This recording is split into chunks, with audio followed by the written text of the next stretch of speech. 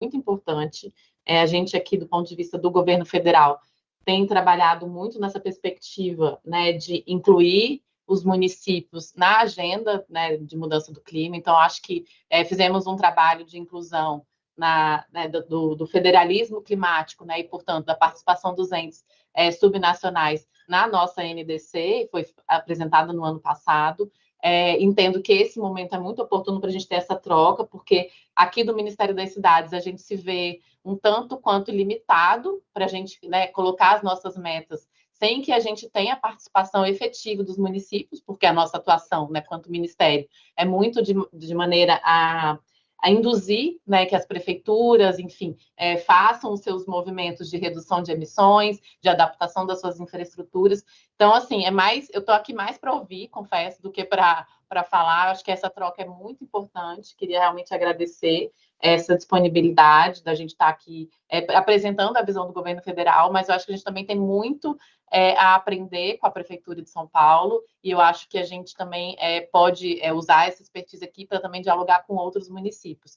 A gente está nesse desafio de estabelecer as metas do nosso plano clima, e uma das nossas angústias é que quando a gente fala de um plano clima, a visão, pelo menos que estava sendo posta até então, era um plano clima em que o governo estabelecesse metas para suas próprias iniciativas, mas a gente sabe que a gente tem as nossas ações muito limitadas aqui enquanto ministério, e as prefeituras têm muito...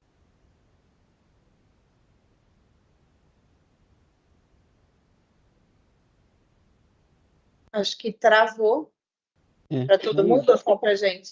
Caiu para mim. Voltei, eu não sei em qual parte eu caí, desculpa. Voltei aqui, eu vi que estava tudo branco, mas só para reforçar, então, que a minha fala aqui é muito breve, realmente, no sentido de mostrar a importância que o Ministério das Cidades está dando para essa discussão do Plano Clima, mostrar as nossas limitações enquanto Ministério das Cidades, porque as prefeituras têm muito mais elementos, né, para fazer, de fato, essa transformação do que nós, mas a gente tem alguns aspectos que a gente pode induzir.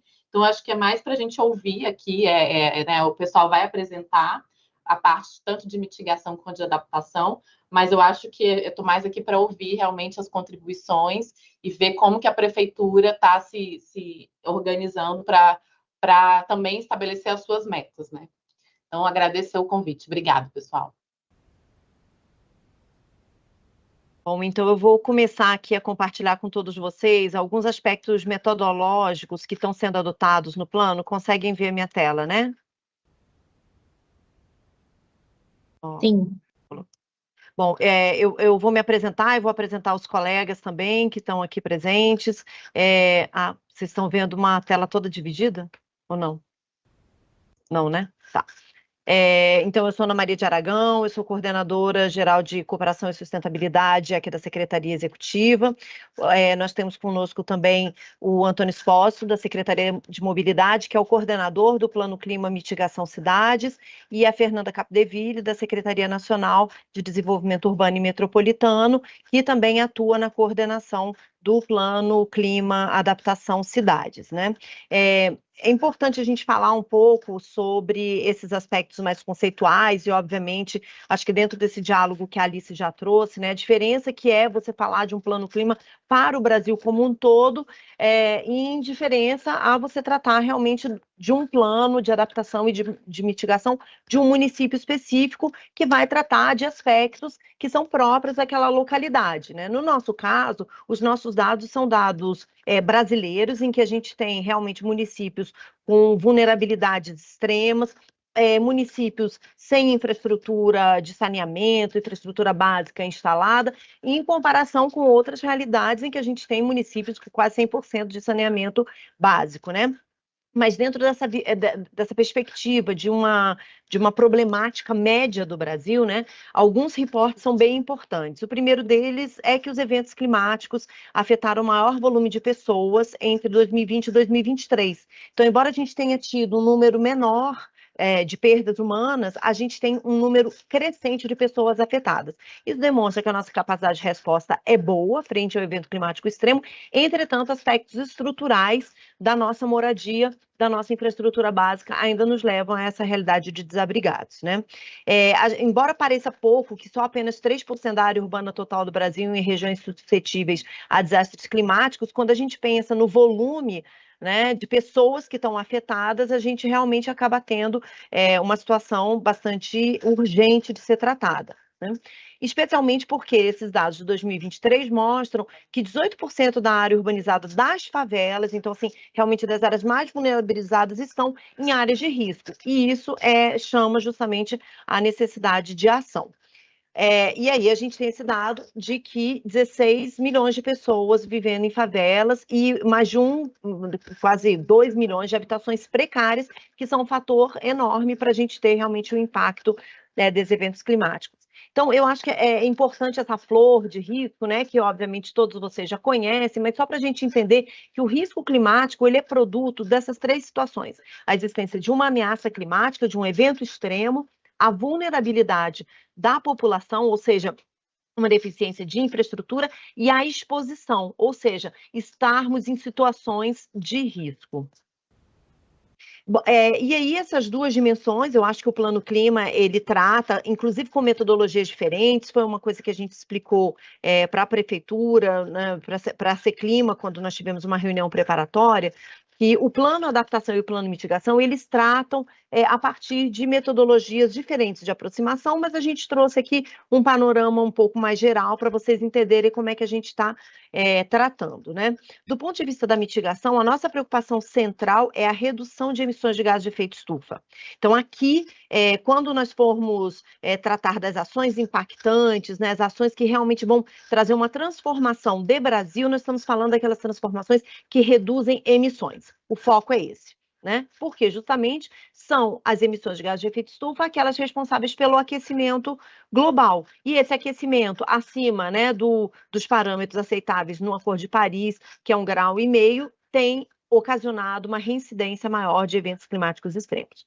E, por outro lado, a gente tem a questão da adaptação, que é como as cidades, né, e os territórios reagem a essas mudanças que agora já são uma realidade.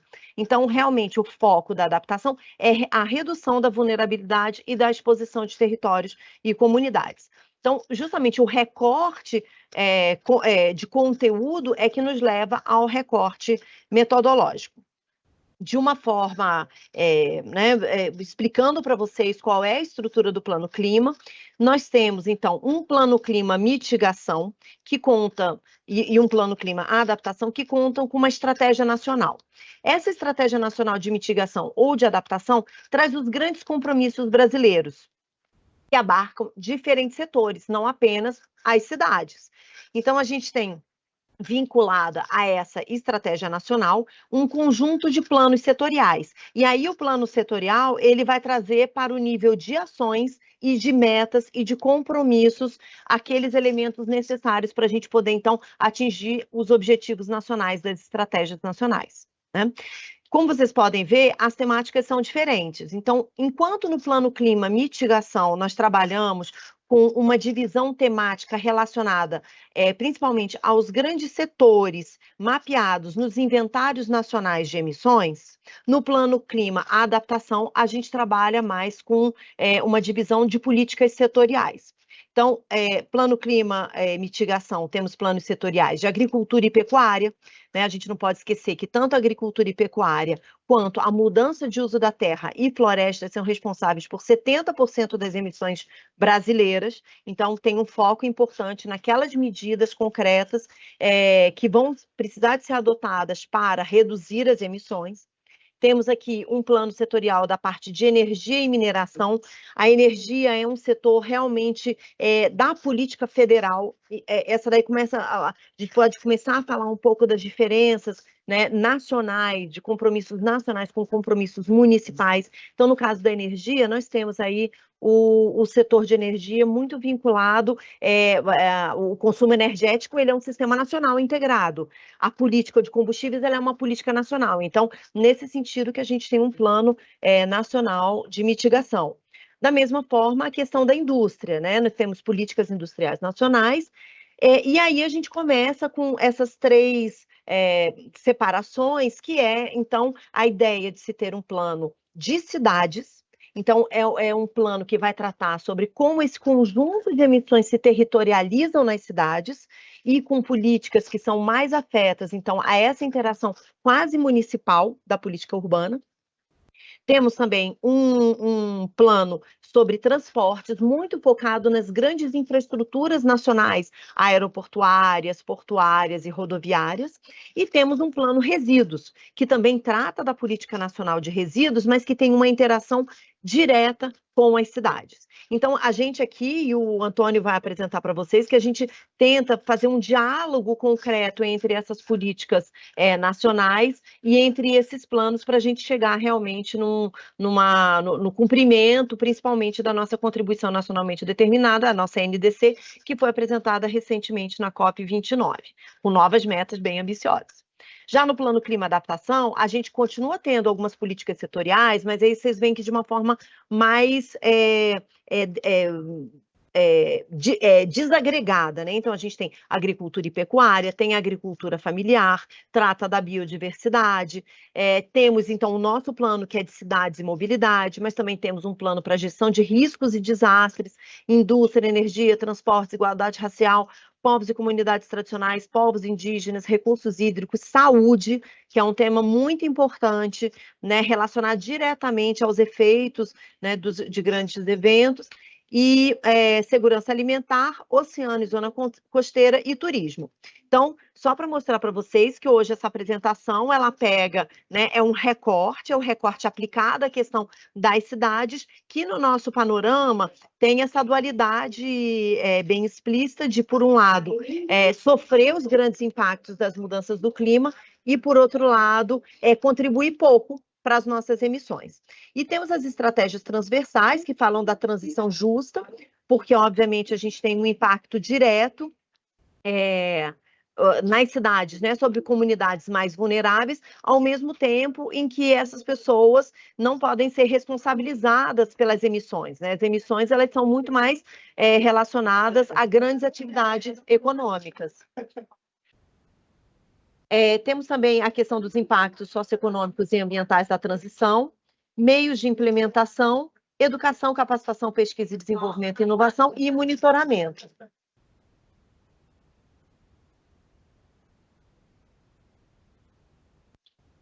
Bom, e aí a construção dos planos setoriais, embora isso daqui seja um exemplo, né, dessa estrutura, mas para vocês verem a complexidade que é no nível federal você coordenar esse conjunto de planos. Então, a gente tem um comitê interministerial que é realmente a voz final e né, que vai definir essas metas e essas ações. Temos um subcomitê executivo, que é composto por todos os ministérios que participam.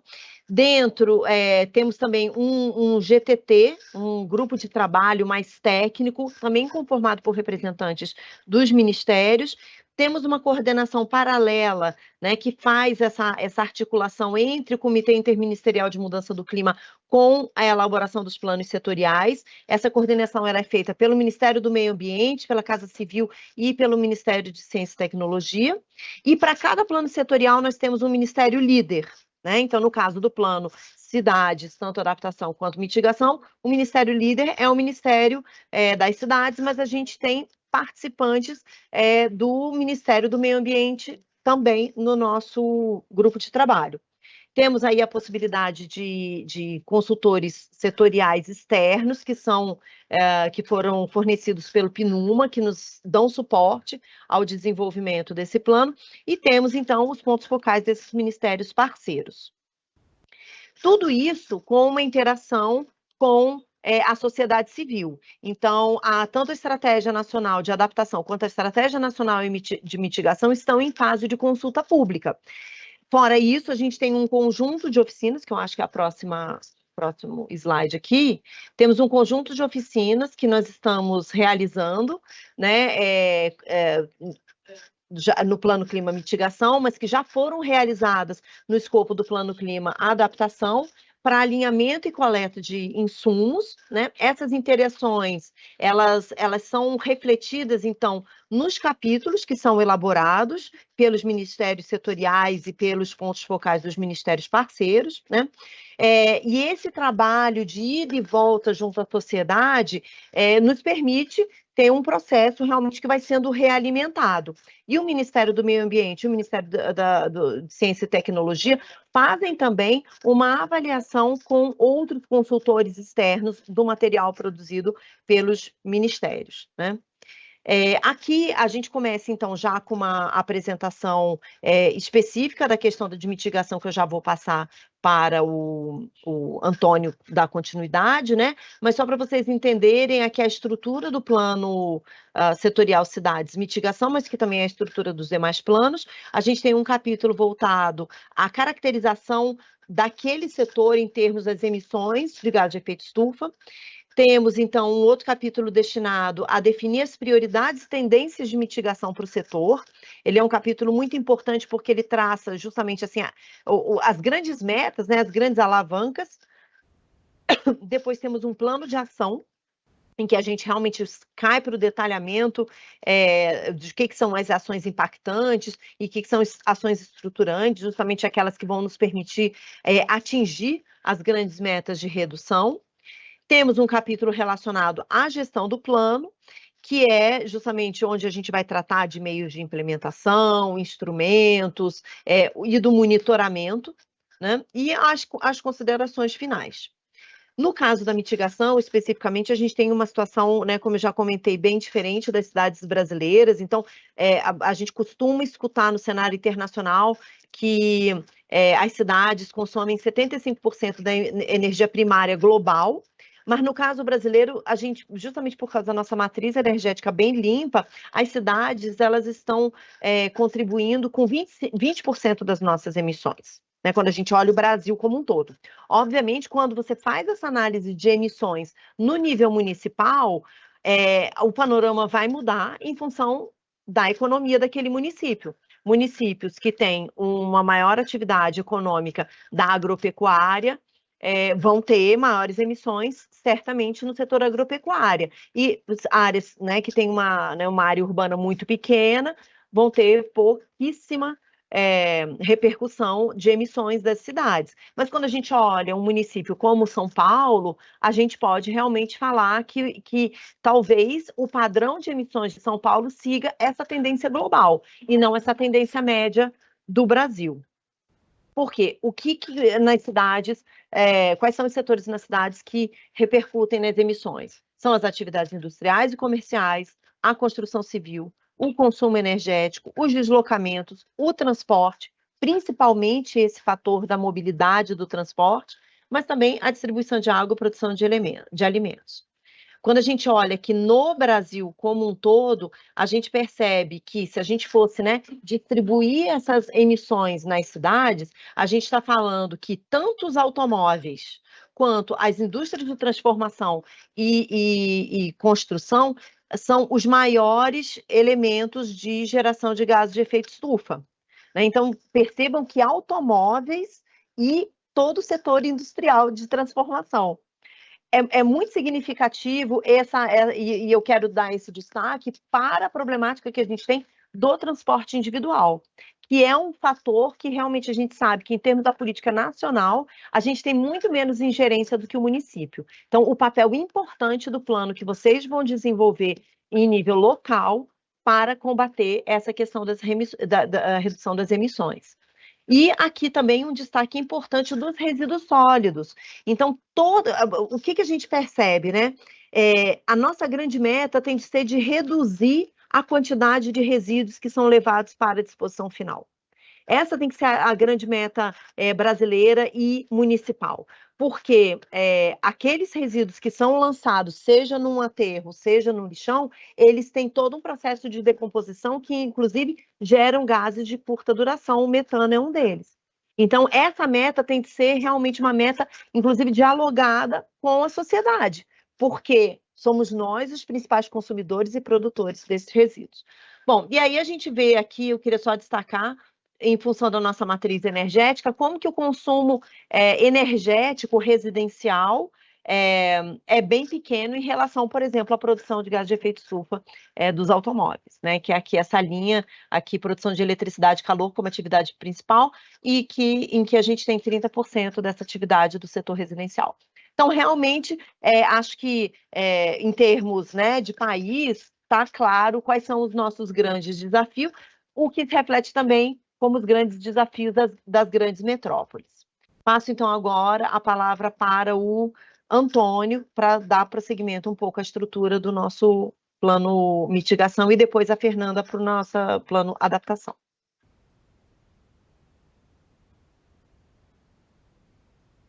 Bom dia a todos. Dando continuidade aqui, né, a Ana Maria já tinha apresentado um pouco a estrutura de cada plano setorial do Plano Clima Mitigação. Então, basicamente, ele está dividido em 5 capítulos. A gente, nesse momento, está trabalhando no 3º capítulo, né? O capítulo 1 e 2 já estão praticamente concluídos e aguardando a gente finalizar o 3 para colocar tudo em consulta pública. Eu destaco aqui mesmo o capítulo 3, que é o plano de ação. Eu acho que ele é o grande coração dos planos setoriais, né?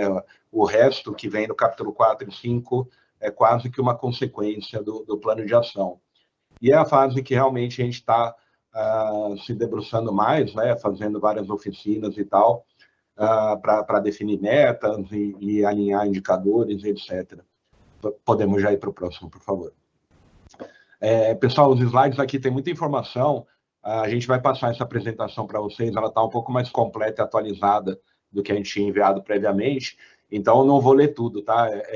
Se precisar, depois a gente pode voltar em algum slide específico, mas, bom, né, o Plano Clima, para cada setor, ele define alavancas, que são aquelas frentes que têm maior poder, né, maior potencial de reduzir emissões, né? Então, vou falar rapidinho do plano de resíduos, com a importância que a Ana Maria já destacou, e depois a gente detalha um pouco mais as alavancas do plano cidades. No plano resíduos, tem 6 alavancas, né? Elas tratam não só de resíduos sólidos, mas também da parte de efluentes líquidos, tratamento de lodo e etc., né? Então, essas 6 alavancas tentam direcionar todas essas ações nessa frente aqui. Como a Ana Maria falou, né? Se a gente não tiver uma destinação adequada dos resíduos, eles viram um grande emissor, principalmente de metano. Por outro lado, se a gente tiver uma destinação adequada, eles viram biocombustível, né? Ou outras formas de reaproveitamento. Então, aqui é uma cadeia muito importante da gente tentar se debruçar e que ela pode contribuir muito com as metas do Brasil. Bom, já entrando nas alavancas de cidades, podemos passar para os próximos. E aqui, como a Ana Maria também já introduziu, né, muito antes de toda a questão de mudanças climáticas e plano clima, a descarbonização das cidades, né, nas cidades, já sempre teve, né, como uma pauta importante. São Paulo é um exemplo claro disso, né?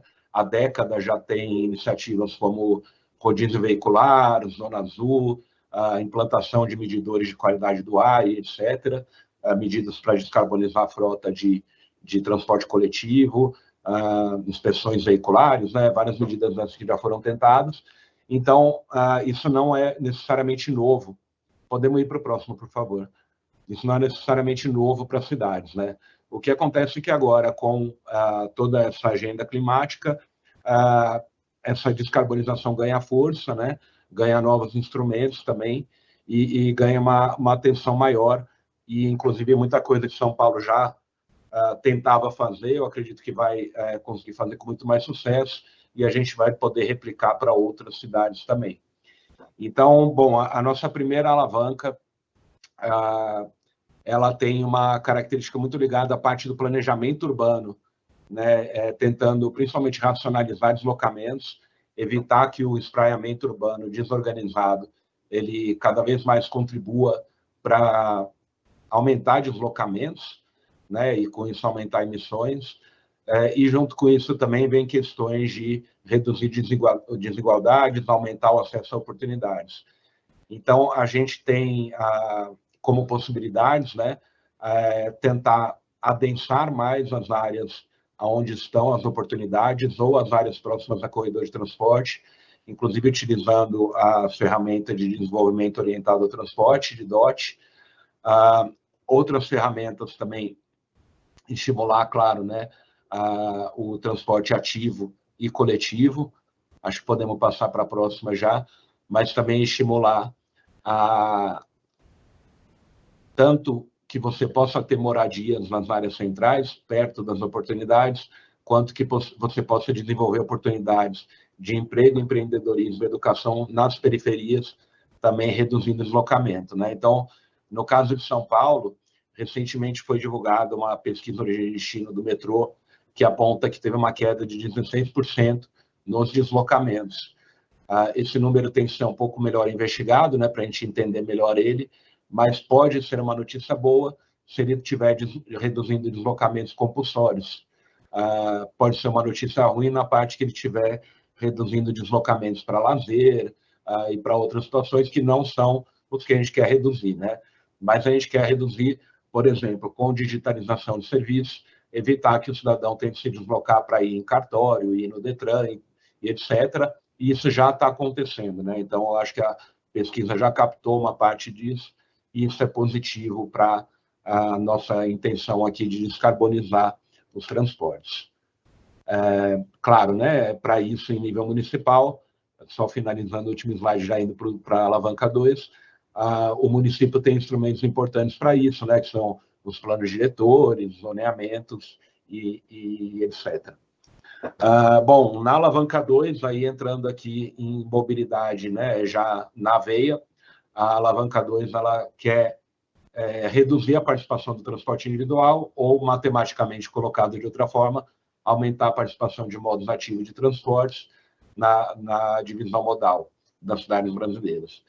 Então, aqui a gente, novamente, né, depende muito, em primeiro lugar, do cidadão, né, do cidadão aderir a essas medidas, em segundo lugar, dos municípios, né, porque a competência primária para a política de mobilidade urbana é dos municípios, e também um pouco dos estados, quando a gente fala do transporte intermunicipal e metropolitano, mas o governo federal ele tem competências complementares de instituir diretrizes e de prestar apoio técnico e financeiro, né? Então, aqui a gente tem algumas medidas que estão sendo colocadas para tentar incentivar, né? Na parte da mobilidade ativa, principalmente o Programa Bicicleta Brasil, que é regulamentado pela lei federal, por uma lei federal de 2018, e a Estratégia Nacional da Bicicleta, que foi publicada em 2013. E na parte do transporte coletivo, a gente tem uma linha do PAC, de apoio à infraestrutura de BRT e trilhos, e a gente está fazendo um grande estudo junto com o BNDES, chamado Estratégia Nacional de Mobilidade Urbana, para desenvolver projetos para as 21 maiores regiões metropolitanas. E também a gente está trabalhando numa proposta legislativa do Marco Legal do Transporte Público Coletivo, que foi aprovada pelo Senado ano passado, esse ano está tramitando na Câmara, que ela também vai ser um vetor bem importante para dar mais segurança jurídica.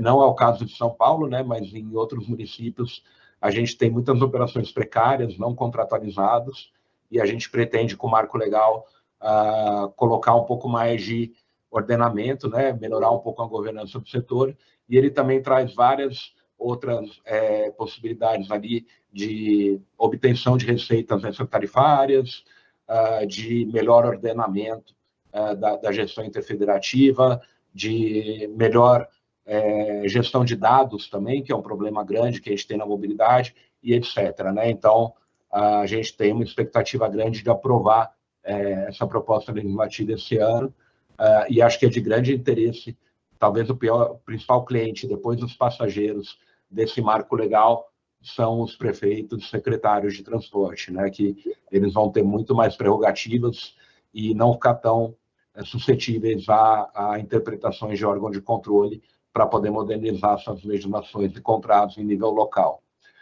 Na alavanca 3, a gente também já entra aqui no aumento mais próprio do transporte coletivo. Acho que eu acabei já falando antes disso, né? Da estratégia nacional, do PAC,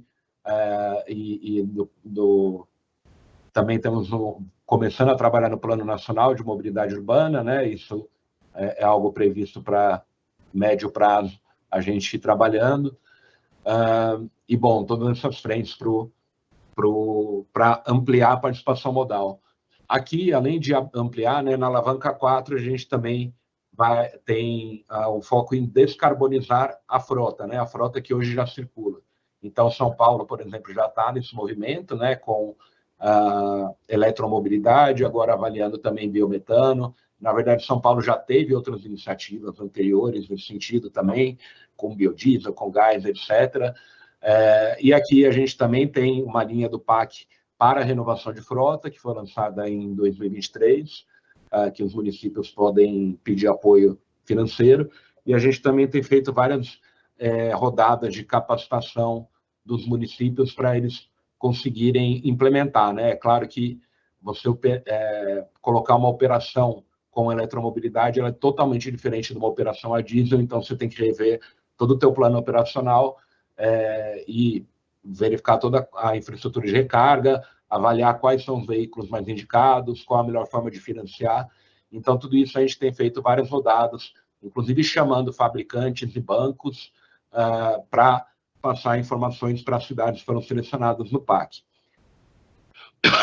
Aqui, outra frente importante, o transporte urbano de cargas, né? Então, a parte do transporte rodoviário vai ficar mais no setorial transportes e do transporte urbano no setorial cidades. É claro, né, que na prática existe uma sobreposição entre as coisas, mas aqui também a gente vai ter frentes bem importantes, né? Tanto de descarbonizar a frota, quanto de tentar melhorar, por exemplo, entregas que hoje são feitas com moto a diesel, que elas possam ser feitas ou com moto elétrica ou com bicicleta elétrica, né? Então, a gente tanto tentar melhorar essa participação modal, quanto tentar descarbonizar os veículos que hoje já fazem esse serviço. Na alavanca 6, né, essa é uma parte que o MMA tem ajudado muita gente, que tem uma parte muito forte de recuperar a remanescente de vegetação nativa e incrementar a arborização urbana.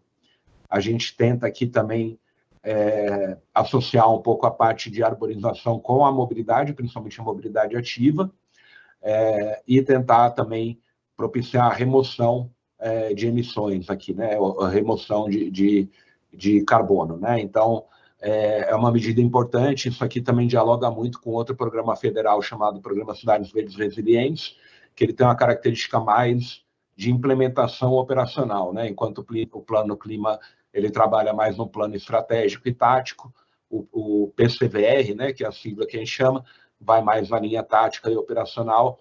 Então, aqui tem um ponto de interseção grande entre essas coisas, além de outras medidas, né? O MMA também está trabalhando no Plano Nacional de Arborização Urbana, num catálogo brasileiro de arborização também. Então, tudo isso são várias frentes que vão se consolidando aqui dentro dessa alavanca. Está terminando, pessoal, são 9 alavancas, tá? Faltam 3. Aqui, indo para a parte de edificações, né? Também está aqui no Plano Setorial Cidade a questão da queima de combustíveis fósseis, aqui principalmente para fogões e chuveiros, né? São as duas principais demandantes desse gás, né? Dessa queima de gás. E a gente tem duas formas de tentar mitigar, né? Eles têm um quantitativo de emissões bem significativo para o nosso setorial cidades, e as duas formas de mitigar, uma é trocando a fonte, né, trocando gás na prática. Isso é uma ação que interage muito com o Ministério de Minas e Energia, seria trocar o gás por outras fontes não fósseis, e uma segunda ação dentro das próprias edificações, você tentar trocar os equipamentos a gás, por exemplo, por elétricos, se possível associados também a medidas de autogeração, de instalação de placas fotovoltaicas, né? Então, que são as duas formas da gente tentar reduzir essas emissões. A alavanca 8 já vai mais para a parte de tecnologias construtivas, né?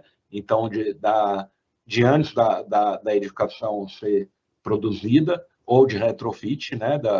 De edificações, e ela busca descarbonizar os materiais da construção civil.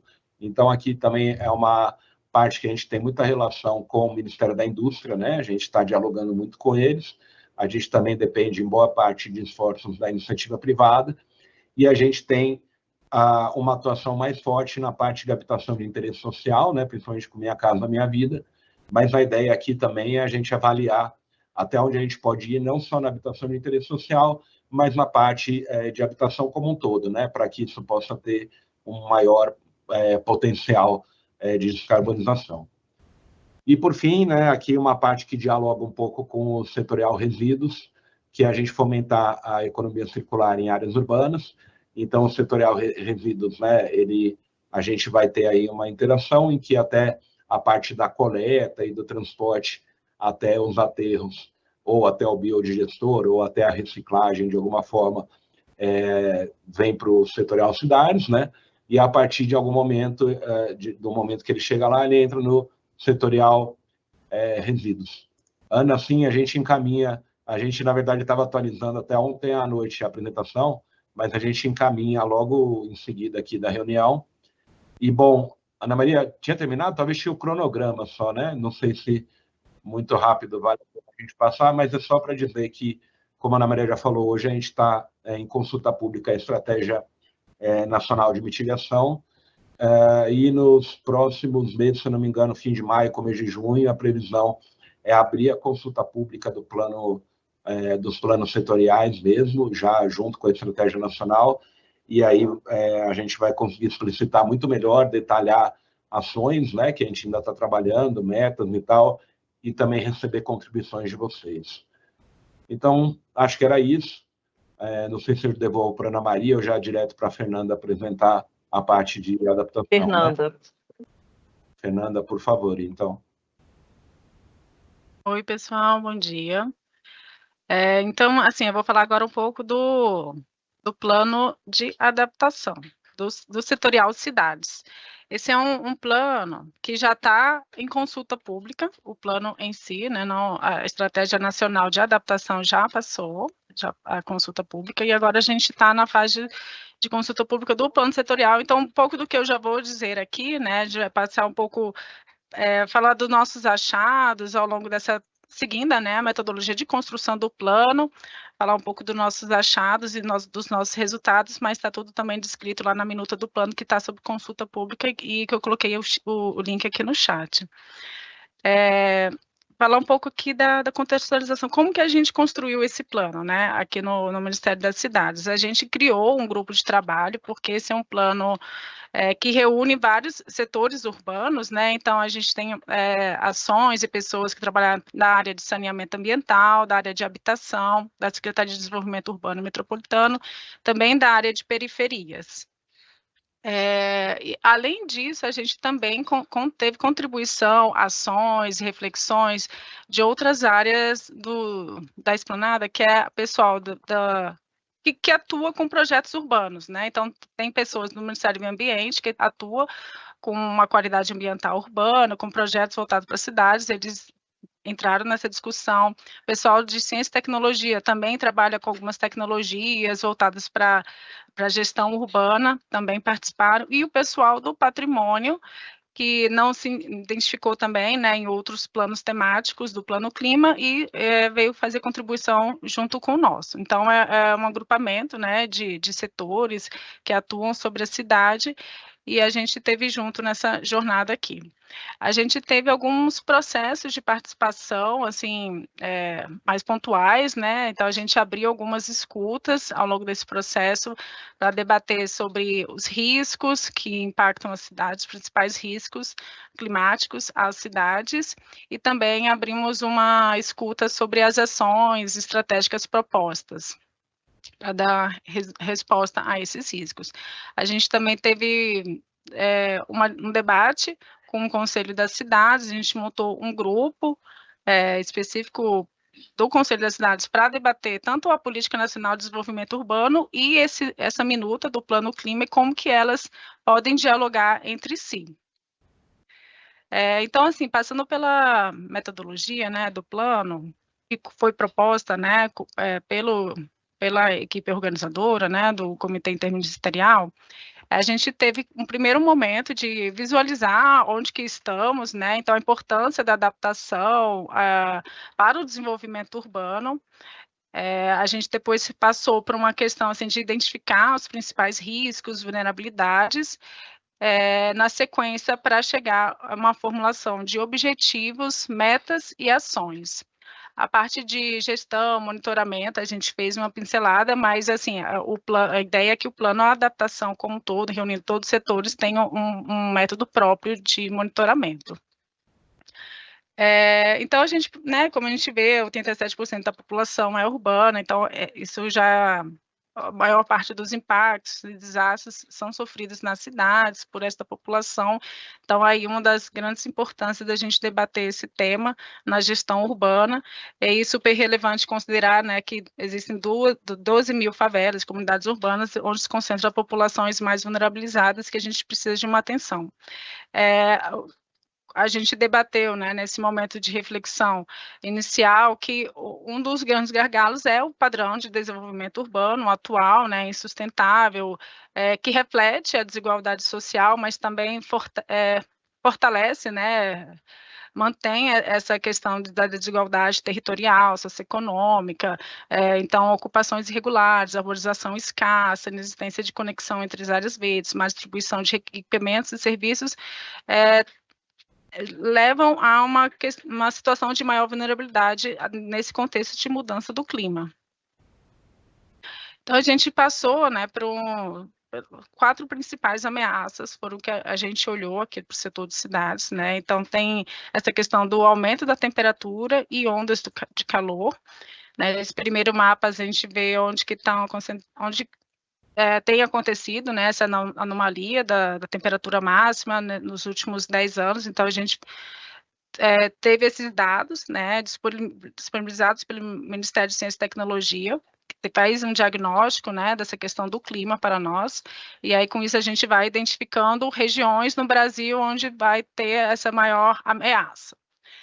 Então, temperatura máxima ampliada, né, ondas de calor, aumentos de 7 para 52 dias. A questão também, outra ameaça é a questão da seca, né, o aumento da duração e da frequência da seca em diferentes regiões do país. A gente tem a questão do aumento da chuva também, anual, ou extrema persistente, e também dos ventos, em determinadas regiões do país sofrendo mais.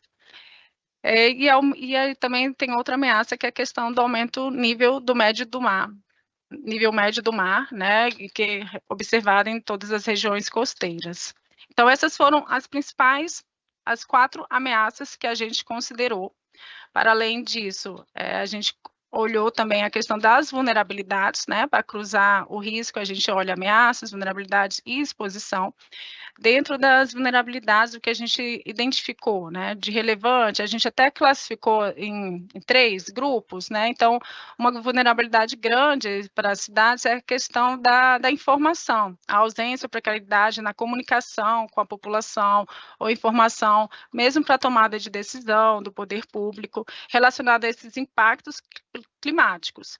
Então, a gente às vezes tem alguns dados, mas eles não estão de formas integradas, existe também uma falha de comunicação, eventualmente, com a população, falta de educação ambiental, esse, então, é uma questão de vulnerabilidade a respeito da comunicação e informação.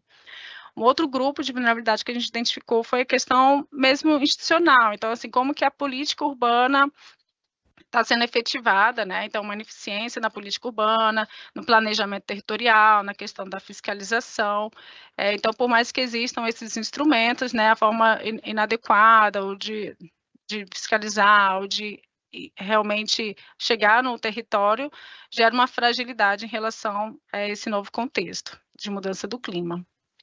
E também um outro grupo de vulnerabilidade é a respeito da infraestrutura, né? Então, a gente tem nas nossas cidades construções mais precárias, edificações construídas de acordo com o clima, baixo percentual das áreas verdes, sistema de drenagem ou ausente ou insuficiente, né, para esse novo contexto, e esse é um outro grupo de vulnerabilidade.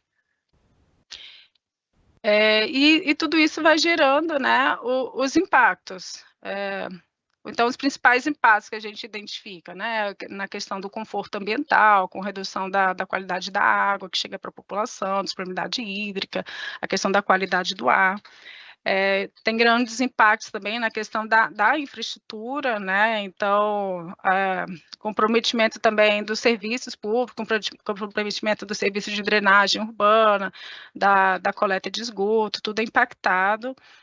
Questão também até na mobilidade urbana, né, danos à infraestrutura, ali, os veículos de transporte público, gerando uma precarização no fornecimento desses serviços. Então, a gente fez um mapeamento de como que esses impactos chegavam em diferentes setores da cidade. Eu acho que é importante dizer assim, que um pouco assim, da nossa escolha, né, de trabalhar no plano de adaptação foi olhar a cidade como um todo, né, embora a gente tenha várias ações diferentes para cada setor, mas a gente tentou fazer esse diagnóstico de forma coletiva e um plano também traçando objetivos e metas conjuntas para daí distinguir as ações de cada setor. Então, como destaque, assim, né, do nosso plano que a gente pode falar, acho que é importante, a gente considera que é importante fortalecer os instrumentos já existentes de planejamento urbano e ordenamento do solo, né, então, e no sentido de qualificar, trazendo essa lente climática, ao invés de criar mais, né, mais outros, que pode ser necessário também, mas fortalecer esses existentes. Outro destaque é apoiar os municípios a se desenvolverem essas competências, mapeamentos, planos, projetos que possam contribuir para o enfrentamento da questão climática. A gente, então, também tem questão de revisitar e redirecionar ações existentes, considerando o contexto climático, né? Hoje o Ministério das Cidades, ele, de certa forma, atua, né, para amenizar as vulnerabilidades sociais, e isso contribui, de certa forma, para a questão do enfrentamento e adaptação à mudança climática, mas é necessário a gente sempre fazer esse diagnóstico, ver como estamos, né, e revisitar ou, eventualmente, criar novas ações. Outro destaque de informação que a gente tenta trazer pelo plano é reforçar e incentivar ações com soluções inovadoras, como soluções baseadas na natureza e adaptação baseadas em ecossistemas, e trazer um foco relevante, né, para essa questão da diversidade social e foco na justiça climática. Com base nisso, a gente trouxe, assim, o plano, ele traz 3 objetivos centrais, um bem relacionado à questão da comunicação e informação, como a gente viu a questão da vulnerabilidade, né, uma coisa importante. O segundo objetivo trata de planejamento, gestão e governança na cidade, considerando o contexto climático, e o terceiro objetivo, ele vai focar na infraestrutura e nos serviços urbanos. E seguindo a metodologia, né, nossos objetivos, eles vão abrir em metas e indicadores, e para cada objetivo a gente vai trazer ações estratégicas onde cada setor se coloca. Dentro das metas, a gente, né, traz aqui, por exemplo, de laranja está aqui as metas vinculadas ao objetivo relacionado à informação. Então, aqui a gente pretende criar um sistema de informações urbanas, territoriais, que integrem os dados climáticos e que aborde 100% dos setores da política urbana. Então, hoje a gente tem sistemas de informação de alguns setores, a ideia é que eles possam aprimorar com esses dados climáticos e, idealmente, é interessante que o sistema de informação urbana esteja integrado, né? Uma segunda meta, ainda relacionada a esse objetivo, é executar um programa de apoio, aqui, por nossa parte, né, do governo federal, para apoio técnico a municípios, para eles mesmos desenvolverem também seus instrumentos de informação a nível local, com aspectos climáticos de adaptação. E uma terceira meta é promover um programa de educação urbano-climática, incluindo ações formais e não formais para públicos diversos. E aí esse é um programa que já visa a comunicação, né, desenvolvimento de informação, comunicação, interação com a sociedade, com outros setores, porque para dentro né, do poder público, a gente tem uma outra meta, que é relacionada à meta 2.1, que é relacionada à gestão, planejamento e governança, que é promover a estratégia de desenvolvimento institucional dos entes federativos, para a execução dessas políticas públicas de desenvolvimento urbano com aspectos climáticos. Uma segunda meta relacionada a esse objetivo é também incluir diretrizes para adaptação nas políticas urbanas setoriais nacionais, né, porque dessa forma a gente também estimula que os entes federativos sigam. E a terceira meta é aumentar a capacidade adaptativa em pelo menos 350 municípios prioritários por meio de ações, né, de apoio aos municípios focado em instrumentos de planejamento e gestão municipais. E o terceiro objetivo, que é da infraestrutura, a gente então traz essa meta, que é incorporar diretrizes sobre medidas de adaptação nos novos investimentos, né, nos novos programas de investimentos de infraestrutura e serviços nas cidades, com base em normativos revisados. Esse é um plano, né, de 10 anos, né, mas com ciclos de revisões a cada 4 anos. O governo federal optou por fazer um planejamento rápido, assim, né, então esse processo iniciou em início de 2024, né, então a gente está aqui no meio de 2025 na consulta pública. Acho que muita coisa poderia ter sido melhor, mas a ideia realmente é lançar um plano, começar uma ação e ir aprimorando, né? A gente acha que dialogar com os municípios e ter esse retorno é super importante, tanto para aprimorar essa minuta, né, que está à disposição, mas também o próximo ciclo. E acho que é isso, pessoal. Deu uma travadinha, mas é isso. Muito obrigada, parabéns aí pelo trabalho de vocês, tenho certeza que São Paulo tem muito a contribuir, e quero abrir agora para quem quiser fazer comentários, enfim, está aberto. O senhor quer falar? Deixa eu ver se alguém quer. Tem uma pergunta no chat. Laura, quer falar? Quero sim. Queria agradecer a vocês por pautar essa apresentação, né? Achei muito legal, achei a apresentação extensiva, tanto a mitigação quanto a adaptação. Eu teria 1 quinzilhão de coisas para falar, cada linha de cada slide, porque nem sei se vocês já viram os documentos do município de São Paulo, seja o inventário, seja o Plan Clima SP, e cada uma de todas essas coisas já foi muito discutida. E eu percebo, aí vem o meu primeiro comentário, que frequentemente o nosso olhar não está capturado. Então, eu não sei se é uma questão da própria estruturação da retórica do plano, pautada numa visão federal, né? Mas, enfim, eu acho que, vamos dizer, o plano clima, daquilo que vocês falaram, não está propriamente ajudando a gente na hora do planejamento municipal. Vou dar um exemplo. Por exemplo, em momento algum, se falou sobre uma nova regulação do direito de propriedade.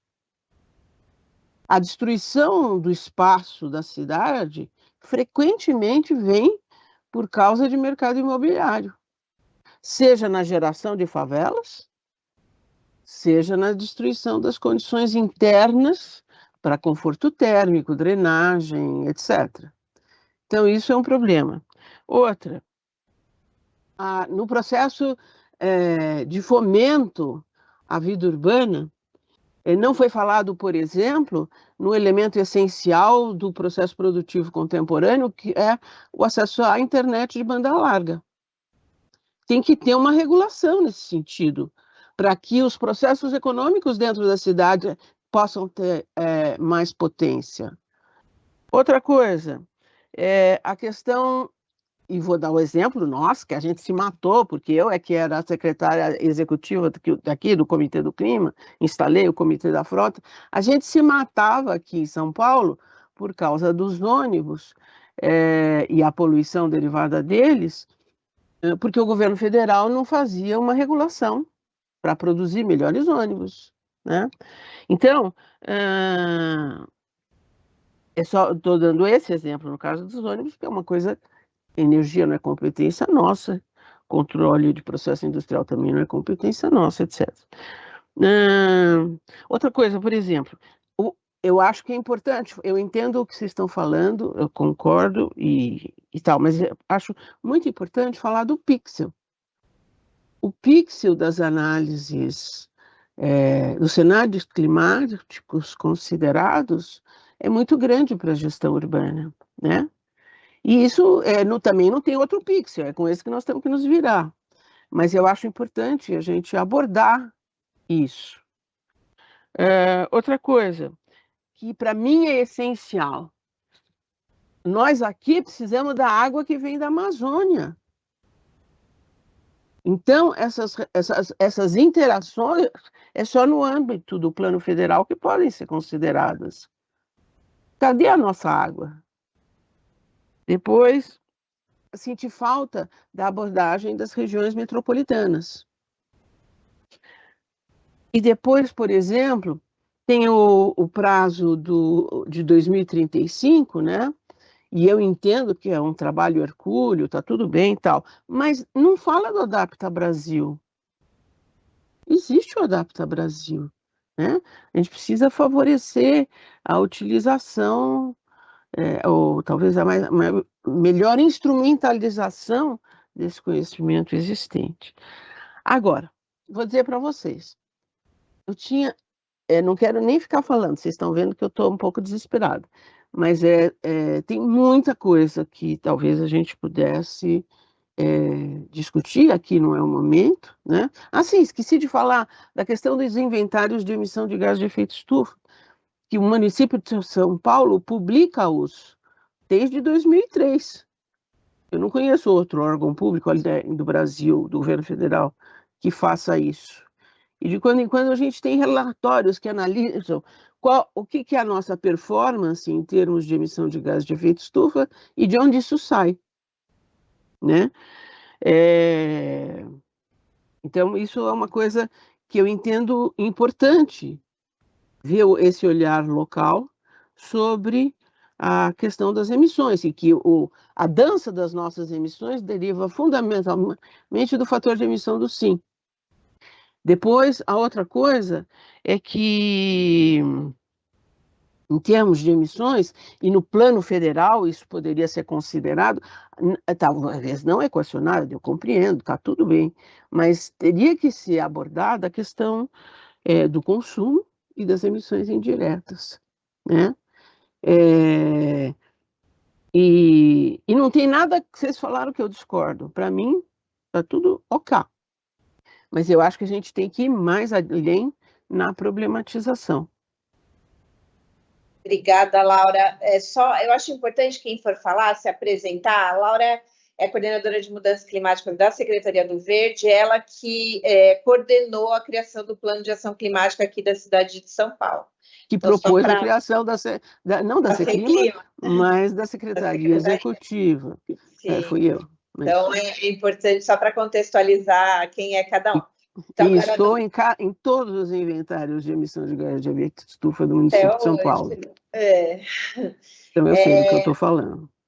Então, vou só, antes de passar para a Ana, passar para a doutora Rosa Ramos, que é coordenadora do Núcleo do Clima da OAB. Então, por favor, doutora Rosa. Olá, bom dia, meus cumprimentos a todos. Eu sou Rosa Ramos, como disse a Luciana, sou conselheira sessional da OAB São Paulo e presido atualmente a Comissão Especial do Clima, comissão criada esse ano.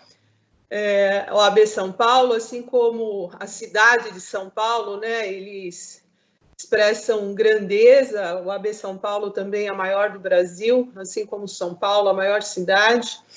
e temos muita satisfação em estar aqui representando essa comissão criada em decorrência da necessidade, em decorrência também da COP Clima no Brasil, e ouvi aqui bastante atenta, parabenizo, vou fazer isso na pessoa da Ana Maria aqui presente, da Alice, né, e da Fernanda, parabenizo vocês pela apresentação, e ninguém melhor que a Laura, né, para se expressar após a apresentação de vocês, afinal de contas, é a pessoa que detém todo o conhecimento de toda a estruturação da Secretaria do Clima em São Paulo, e obviamente também que sobre os aspectos técnicos aqui eu teria pouco a contribuir, mas tenho preocupações, e a Laura colocou muito bem, que são regulações ainda acerca da implementação de vários aspectos do clima, né? Me preocupa que nós temos uma política nacional do clima que é de 2009, né? A gente está falando de uma regulação nacional já com tantos anos e nós ainda com tantos elementos a serem implementados, conforme bem vocês próprios do Ministério expressaram aqui. Então, a gente fica sempre, às vezes, com a impressão que é um cenário, né? Um cenário que a gente fica esperando que os atores saiam do palco e se transformem em realidade. A gente precisa, de fato, avançar em muitas questões. Mas, de fato, vocês apresentam algumas coisas que me chamam a atenção e eu acho extremamente relevante, como, por exemplo, a questão da educação urbana climática. A gente fica muito feliz que tenha no projeto essa questão. Eu acho que, assim como a educação ambiental, que também tem uma regulação nacional de décadas já, né, de mais de 2 décadas, que é de 1999, e da mesma forma a gente ainda possua tantos gargalos, tantas questões ainda a serem implementadas. Eu, sinceramente, espero, né, que na questão do clima a gente tenha maior efetivação, né, que a gente não demore mais de 2 décadas para a gente ter a implementação efetiva da regulação especificamente, que tem, a regulação é muito boa, né, a regulação de educação ambiental é perfeita. Se fosse implementada, sem dúvida, a gente talvez nem estaríamos aqui nesse comitê falando de tantos problemas agravantes do clima. Então, eu quero colocar o AB São Paulo à disposição e, principalmente, como maior aqui entidade representativa da sociedade civil. Não sei em que momento vocês pretendem colocar o programa com a participação da sociedade civil, em que momento isso acontece, mas quero me colocar à disposição, colocar o AB São Paulo para contribuir com o programa. Era isso. Ana, você prefere já falar? Porque a Ana Maria, né? Porque a Ana do ICLEI também está inscrita aqui para falar. Como que você prefere fazer? Não, acho que eu posso ficar no final, então, reunindo aqui, fazendo uma síntese. Tá bom. Então, eu passo para a Ana do ICLEI. Olá, pessoal, bom dia. Obrigada aí pelas explicações, né? O plano está muito bem fundamentado, mas é isso, né? Sempre há alguns ajustes, e aí aqui eu falo, não como representante do ICLEI, Governos Locais pela Sustentabilidade, né? Para quem não conhece, é uma agremiação, uma associação de governos subnacionais que congrega mais de 2.500 municípios e governos subnacionais pelo mundo, mas na condição de pesquisadora, né? Eu não vi em nenhum momento a questão de aproveitamento de espaços dos vazios urbanos, mapeamento, né? Porque inclusive o não aproveitamento de áreas em locais não infraestruturados faz com que a cidade se alargue, emitindo mais gases de efeito de estufa, né? As centralidades, elas precisam ser distribuídas de uma maneira mais equilibrada nas cidades, não apenas centralizadas. Então esse é um tema que me comove e um tema que é necessário e deve comover a todos, por óbvio, uma vez que faz parte desse combo de adaptação das cidades, né? E por isso até eu pedi que eu não consegui ver no detalhe, eu pedi, então, para que fosse enviado essa apresentação, já foi dito que será enviado, para que possa, inclusive, ser feito esse tipo de contribuição, né, dos mapeamentos dos vazios urbanos, como pode se dar essa ocupação, e, claro, por habitação de interesse social, né, porque outro tipo de edificação a gente já sabe que acontece, né. Mas era nesse sentido a minha colocação na esteira, inclusive, das colocações da Laura. Obrigada. Obrigada, Ana. Então, vou passar para o Olímpio. Olímpio, está por aí? Oi. Parabéns pelo trabalho de vocês, é muito importante, né, ter um plano detalhado, né, de como a gente vai chegar nesses objetivos, né. Eu sou da ANTP, Associação Nacional de Transporte Público, eu coordeno lá a Comissão de Meio Ambiente e trabalhei com a área de transporte o resto da vida, mas eu vou abordar uma questão mais geral aqui, que é a questão das NDCs, né? Eu imagino que tem que haver indicadores, né? Dos diversos países, dos diversos estados, dos diversos municípios sobre as NDCs individuais, né? Que acabam somando e constituem a NDC nacional. Eu queria saber qual é a relação desse plano com a sistematização desse trabalho de estimação das NDCs a cada ano, né? Quer dizer, quando você tem um controle desses indicadores, isso permite a você que identifique quais são os aspectos mais importantes, né? E que colaborariam com maior eficácia para a redução geral dos gases de efeito estufa. Então, eu acho isso fundamental. Não sei se isso eu não vi, né? Não sei se isso está no plano de vocês, eu não sei se esse plano pode ser conexo. Eu entendo que teria que ser conexo com a sistematização das NDCs. Então, essa é a minha dúvida.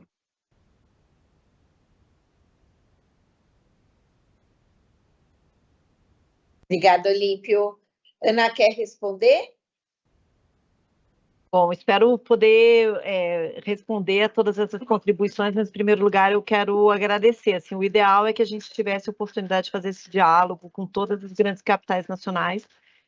São Paulo, claro, é uma referência para a gente, mas, assim, a gente tem um mapeamento e pelo menos 8 capitais brasileiras têm um acompanhamento recorrente das suas emissões e tem seus planos de ação climática. A Ana do ICLEI sabe bem isso, né? O ICLEI tem apoiado várias cidades brasileiras na elaboração. E aí, assim, eu vou tentar fazer uma resposta conjunta de tudo, e se por acaso ainda ficar algum elemento que vocês queiram que a gente esclareça, vocês, por favor, me peçam para complementar. Eu acho que existe aqui uma questão que foi comentada pela Laura, que são as nossas bases de dados. Então, o governo federal ele trabalha com inventário de emissões. Só um minutinho.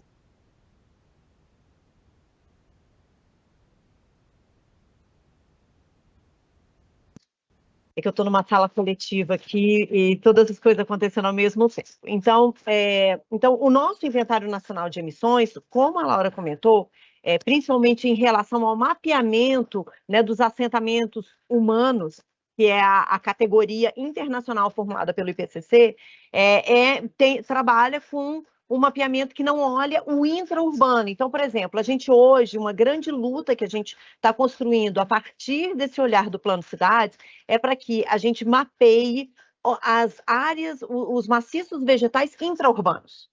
Isso daí não é mapeado. A gente, quando considera uma mancha, quando a gente calcula as nossas emissões e o crescimento da mancha urbana, a gente calcula sem entender que existe um detalhamento interno a essas manchas.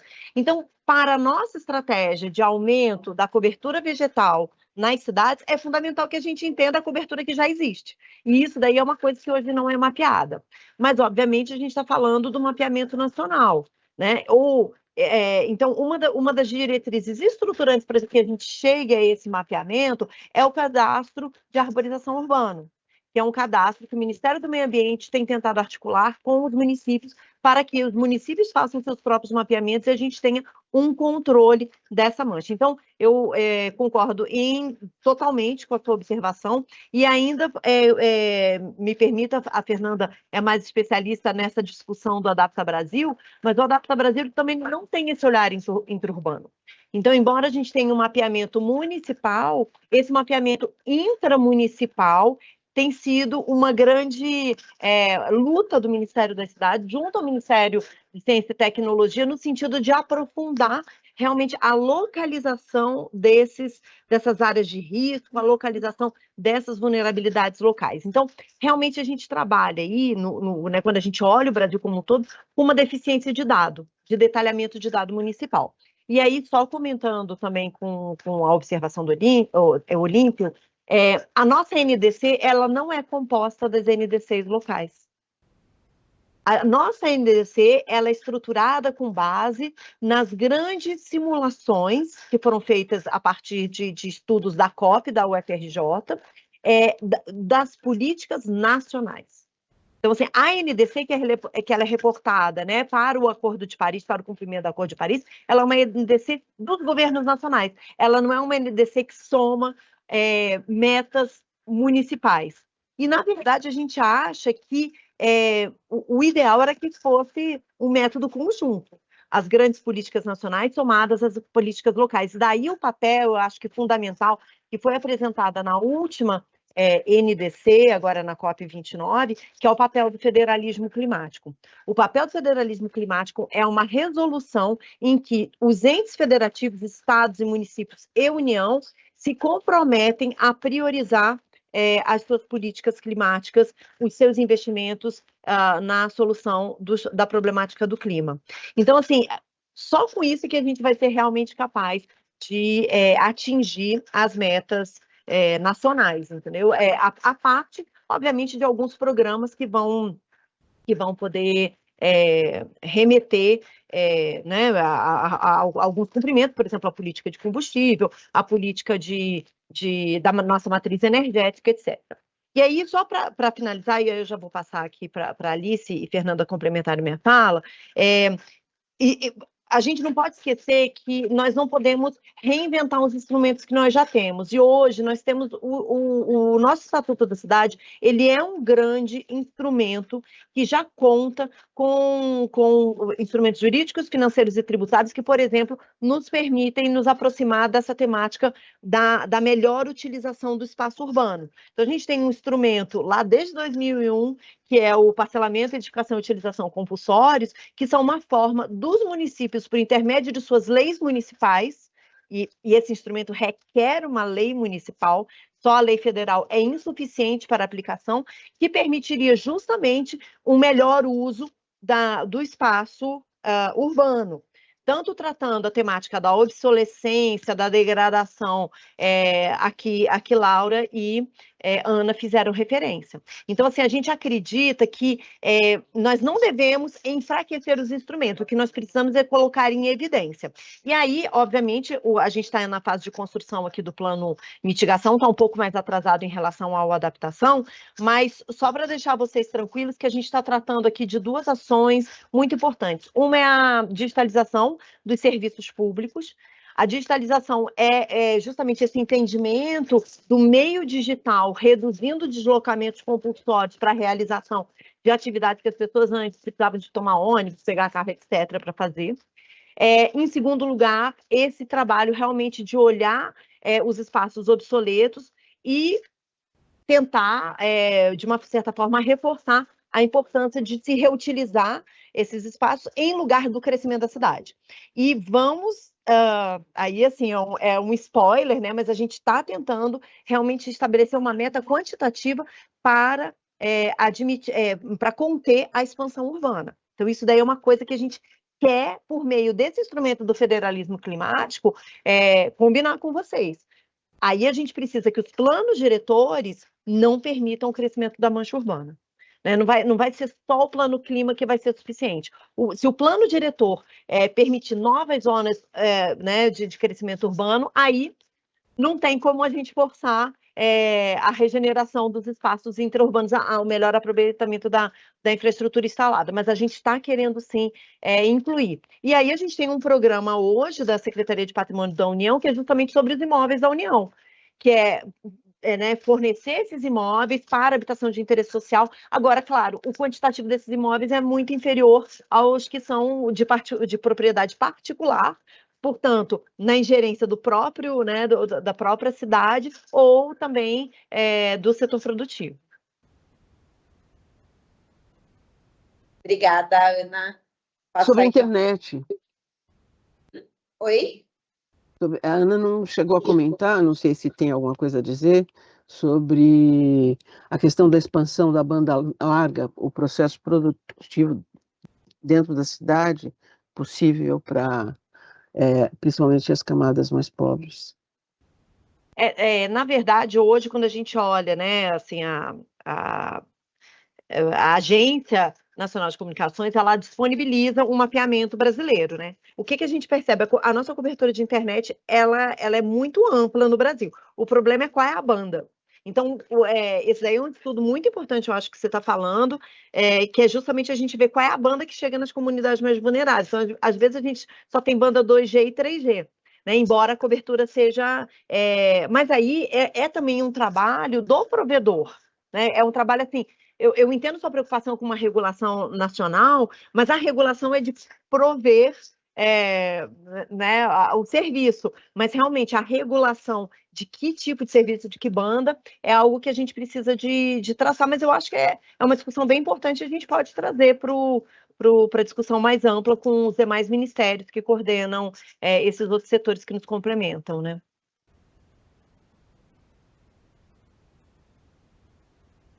Só para aproveitar aqui e complementar um pouco o que a Ana Maria colocou, porque eu acho que essa angústia que a Laura trouxe foi a nossa angústia no início, quando a gente ia discutir, né, com o pessoal dos outros ministérios, em que nível ia ficar o nosso plano de cidades, porque ele é um plano nacional. Então, assim, a gente tem muito essa dificuldade de entrar em aspectos muito locais, ainda que seria o desejável. Então, assim, a gente foi um pouco, de certa forma, prejudicado com a estrutura nacional que foi posta para o plano. Então, assim, os ministérios, né? Ministério de Minas e Energia, o Ministério de Transportes, todos nós recebemos uma certa estrutura já colocada para o plano. A gente teve algumas oportunidades de fazer alguns ajustes, mas, assim, essa visão, ela realmente é muito nacional. E aí foi a nossa angústia, porque, no fundo, acho que a fala do Olímpio foi um pouco a minha. O ideal seria que a gente conseguisse ver as nossas emissões a partir do território, a partir dos municípios, e que isso se somasse num todo. Mas a metodologia é o contrário, ela é a metodologia nacional. A gente tem as emissões pelos setores, né, colocados pelo IPCC, então se fala muito na questão da mudança de uso da terra, do setor energético, e a gente tem menos esse olhar da discussão urbana e intra-urbana, principalmente. Então, assim, realmente, para dizer que esse é um ponto que a gente entende, né, assim, dessa angústia, acho que não conseguimos chegar lá, em um determinado momento, a gente até, no caso de mitigação, a gente até avaliou se era o caso mesmo de ter um plano de cidades ou não, porque grande parte das nossas metas que estão postas aqui são de responsabilidade ou de outros ministérios ou dos entes subnacionais, fica um pouco com o Ministério das Cidades. Mas a gente falou, não, eu acho que é importante sim ter esse plano, porque, assim, talvez São Paulo esteja numa outra ponta, tem muito mais dados do que mas isso aqui também pode servir de referência para um município que está começando agora, que não tem muita clareza de do que observar. Então, ser um ponto de partida. Então, a gente achou importante batalhar pelo plano de cidades, ainda que as nossas metas, em termos quantitativos, elas sejam poucas, né? Quando a gente olha para o plano nacional, elas são pouco ousadas em relação ao que a gente vai conseguir reduzir de emissões, porque em grande parte está em outro setorial, né? Ou está no de energia, ou está no MIDIC, mas a gente achou importante ter, porque eu acho que é simbólico também, e talvez ele é muito mais qualitativo, né? E eu acho que essas colocações que vocês fizeram aqui, a gente, em alguma medida, tem que incorporar, por exemplo, essa questão do mapeamento de vazios urbanos, acho que a gente tem que conseguir pensar numa alavanca para isso, Mas, assim, dizer que o principal, gente, realmente, para a gente, o Ministério das Cidades, é batalhar pela discussão do federalismo climático, que está posto na NDC de maneira qualitativa, mas a gente conseguir ir avançando para uma coisa mais quantitativa. E aí, no caso do adaptação, também, dentro da lógica do Adapta Brasil, incluir essa esfera intra-urbana, que hoje não tem. É uma discussão que a gente está tendo com o MCTI também.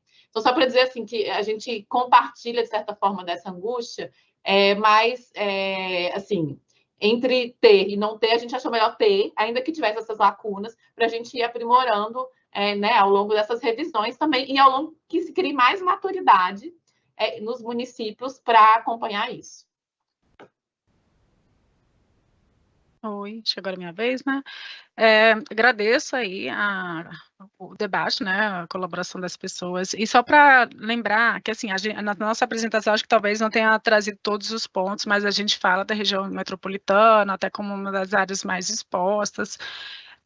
A gente fala um pouco também dessa visão, né, de trabalhar essa questão urbana, não só dentro do limite do município, mas no limite de uma cidade, aglomerações, de regiões metropolitanas. A gente está tendo um diálogo com o MCTI, até para os dados também ali do climáticos trazerem um pouco essa visão do território, né, ampliando para a visão talvez das regiões metropolitanas, e também chegar num nível interurbano que possa apoiar os municípios em si. E o último ponto é que o plano de adaptação, ele não para ali nas metas, né? Ele também chega em algumas ações, ainda estratégicas, né? Ainda de uma forma macro, e isso também está agora no... Deve compartilhar aqui para mostrar, não cheguei nesse slide, mas existe, assim, um detalhamento melhor. Tá aparecendo, gente? Tá, né? Detalhamento melhor, um pouquinho mais, né, das ações que a gente pretende executar ainda de forma estratégica para atingir aquelas metas. Então, por exemplo, para chegar naquele sistema de informações, né, então, essa ação 1B, desenvolver meios, inclusive tecnológicos, com envolvimento comunitário, de produzir dados, compartilhar iniciativas sobre adaptação. A ação 2.2b, atualizar os normativos estratégicos para incorporar as medidas de adaptação, e aí garantindo a participação social, considerando a diversidade. A gente teve uma preocupação de já incluir aí no texto um direcionamento para alcançar a justiça climática. Então, o plano hoje em consulta vai nesse nível de aparecer as ações estratégicas, e na publicação do plano em si vai aparecer outras ações mais específicas que a gente, de fato, assim, já pretende desenvolver, e não significa, né, que novas ações possam surgir, e acho legal esse debate, né, porque a gente vai mapeando com os municípios, estados, outras prioridades, né, que podem compor, mas aí vai ser nessa estrutura aqui do plano, tá?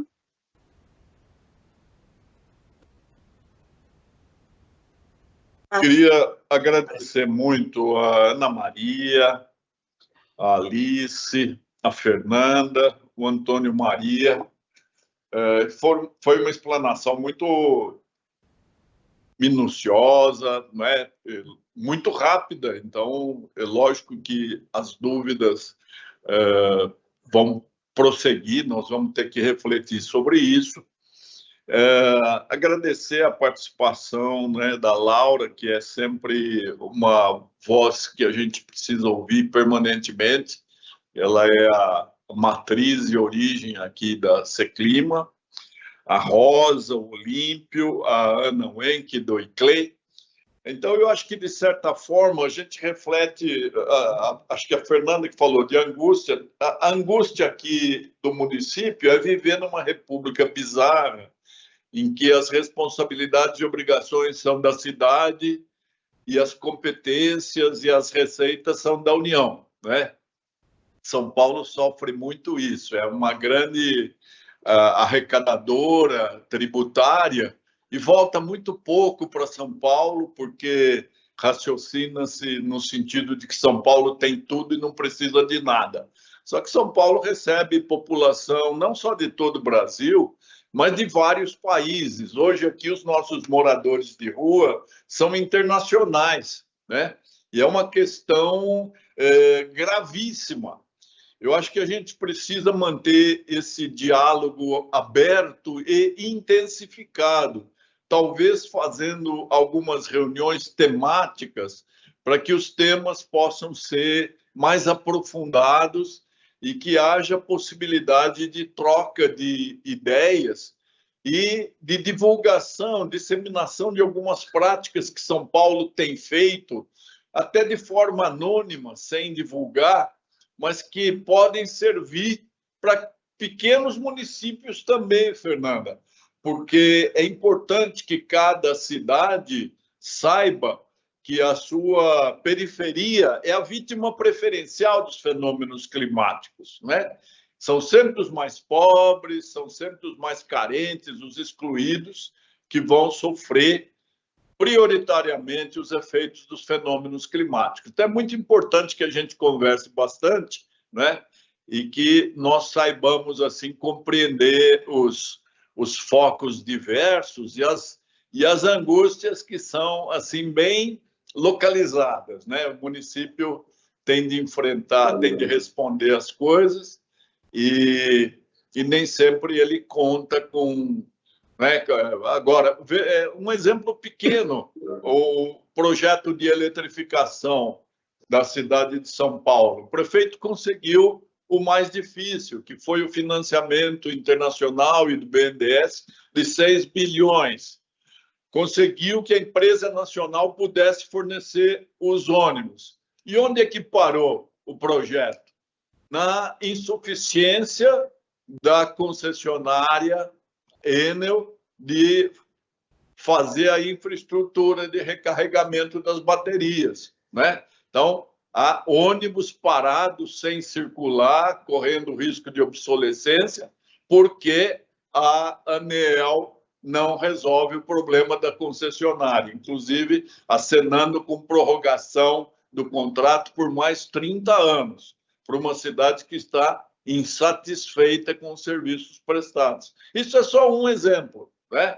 Então, há um descompasso muito grande entre competências e obrigações. É isso que a gente precisa levar em conta quando discute questões que nos afligem a todos, né? Mas foi muito útil a exposição e a participação de todos que opinaram e trouxeram seus pontos de vista, que são muito relevantes. Muito obrigado a todos e vamos continuar dialogando. Obrigada. Depois a gente vai, no grupo, discutir um pouco a pauta da próxima reunião e desejar aí a todos um bom feriado. Obrigada, até a próxima. Obrigada, até logo.